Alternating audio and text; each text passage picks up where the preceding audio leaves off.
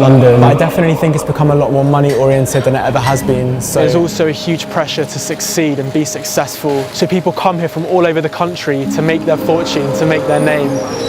And often they can get chewed up and be spat out by the city because it is ruthless.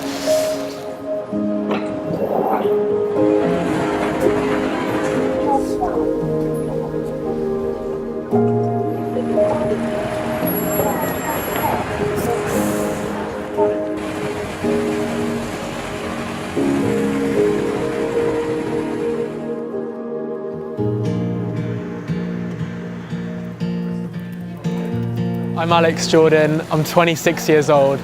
I'm the travel editor at Culture Trip and I've lived in London all my life. London's changing all the time, it's part of its magic. For me, I think London represents a place of opportunity.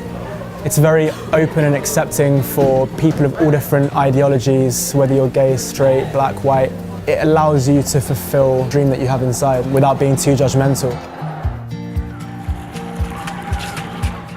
So we're in Regent's Park, fairly central. It's one of the bigger parks in London. I like coming here because it's really peaceful, gives me time to think about things, maybe work through some issues that I've had in the week. It's beautiful, why wouldn't you want to come here?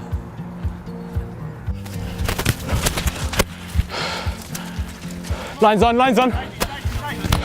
So we're right in the middle of Regent's Park now. Every Saturday and Sunday, a lot of guys come down, kick a ball about, share some stories.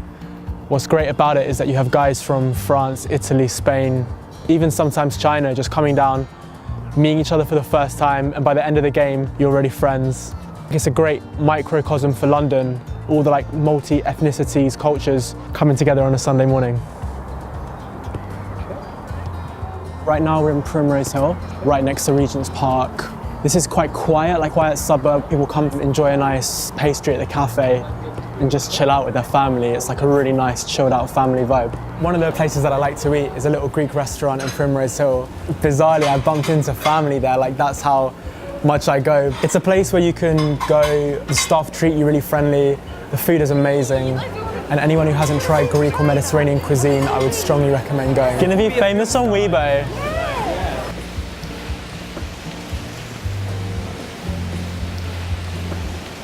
We're at the Barbican Centre in central London. This is an incredible piece of brutalist architecture. Everything made from concrete, really stark, raw. Kind of reminds me of a sci-fi movie set. So I love coming here. I think considering it's such an amazing cultural space, it's also one of the most peaceful parts of the city.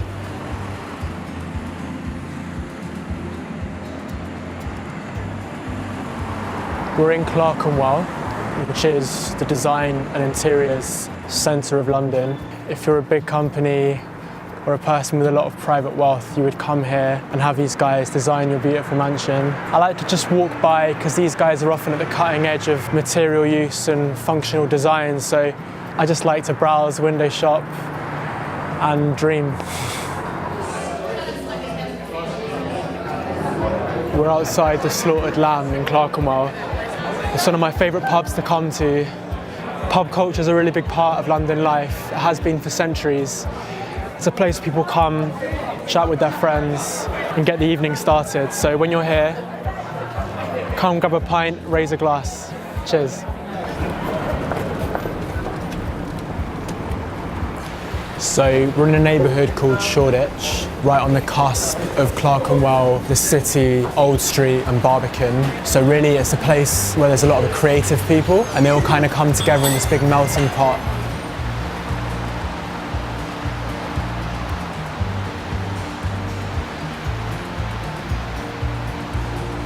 Box Park. It's one of the first pop-up malls to spring up in London. It's built out of these shipping containers and all these cool independent boutiques rent them out. You've got an amazing selection of cafes. You've got the Albion Cafe, that's really famous. Loads of good bars as well, Kalu Calais, Blues Kitchen, which is really famous, having jazz brass band concept on the weekends. Essentially, whatever you want, you'll find it here, which is why I like it. It brings together a lot of different cultures and attitudes.